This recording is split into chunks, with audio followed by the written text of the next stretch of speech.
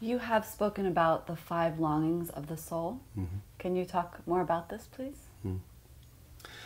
The fundamental longing of our soul is to evolve. And that longing, you can say 5 aspects. One is the longing to be free. Another one is a longing to love and longing to be loved and longing to contribute and longing to be acknowledged. Acknowledged in a sense of being part of others. And when we fulfill those longings, you feel the total fulfillment of living.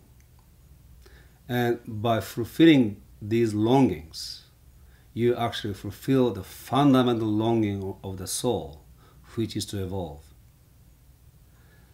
So we talk about freedom, and we talk about how one can be free, starting from responsibility. Now, the longing to love and longing to be loved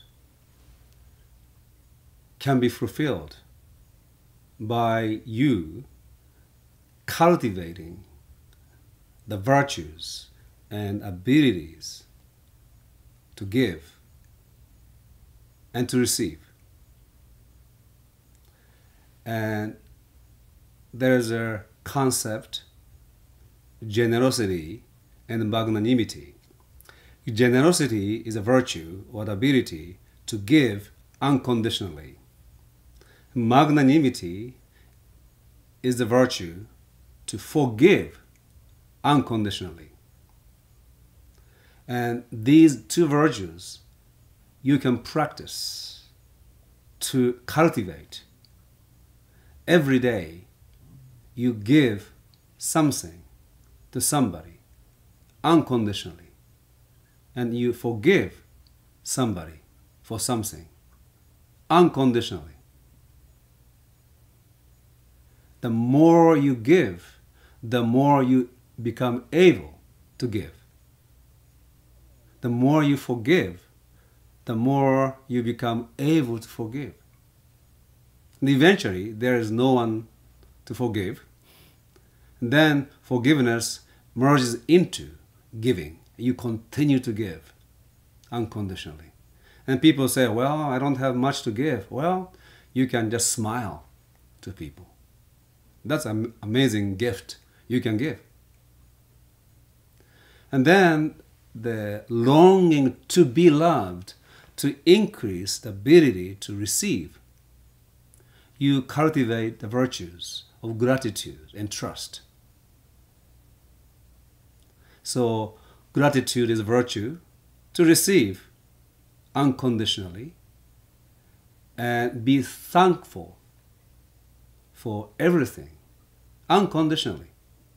It is easy to be thankful to somebody who gives you something, but it is not easy to be thankful for somebody else who are not nice to you. But it is possible to be grateful to that person, providing you with an opportunity to learn a lesson in life, for example. And then the trust. Trust is different from confidence.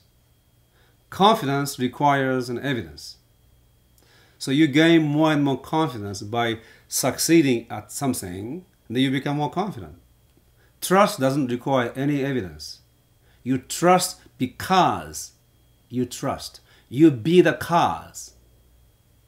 And when you trust somebody fully, because you trust that person can turn into a trustworthy human being. That is the true mark of a leader, who can turn somebody into trustworthy human being. Transform somebody who is not trustworthy, but by virtue of his or her trust, the person can turn into somebody else.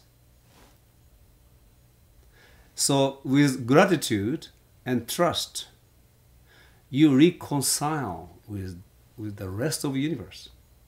There is no conflict whatsoever. There is no one who is not trustworthy. And there's nothing in this universe for which you must complain. And there are people who seems to be habitually complaining. When they come to my seminar, I give them homework. Every time you want to complain, that moment, you turn it around and say thank you. So if you want to complain about your boyfriend, that moment, thank you. And those people who actually practice this, life changes tremendously. Total transformation takes place. Then there is a longing to contribute, to serve.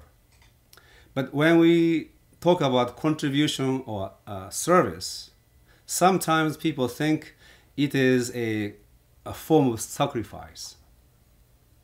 But here I'm not talking about that.